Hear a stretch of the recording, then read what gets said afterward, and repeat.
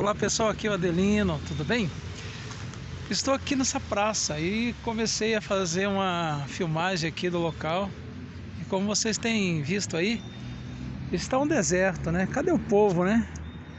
Cadê o povo que gosta de uma praça? Cadê o povo que gosta de jogar bola? Cadê o povo? Cadê as crianças que gostam de brincar? Né? Tem no parquinho? Não tem ninguém. Cadê o povo que gosta de sentar na praça?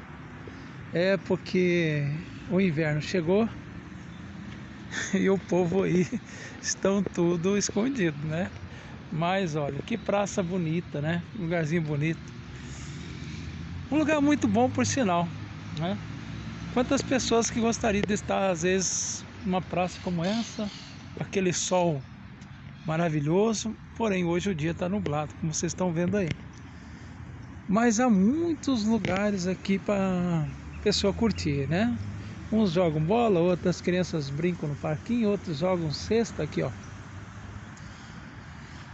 Gente, que legal esse lugar, né? Muito bonito, né? Mas hoje está vazio. E até estava pensando assim, olhando esse lugar vazio. Tem pessoas que muitas vezes estão no meio de multidões, né?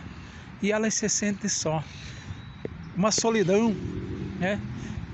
E às vezes num lugar como esse a pessoa se sente que ela não se sente sozinha, porque ela começa a ver que a natureza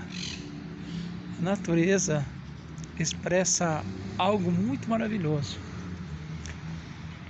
que alguém fez tudo isso aqui. E esse alguém que é o autor de tudo isso, que criou a natureza, ele está presente com a gente. E aí não há motivo para você ficar sentindo solidão alguma. Mas muito legal é você ter o Criador, o Deus, na sua vida.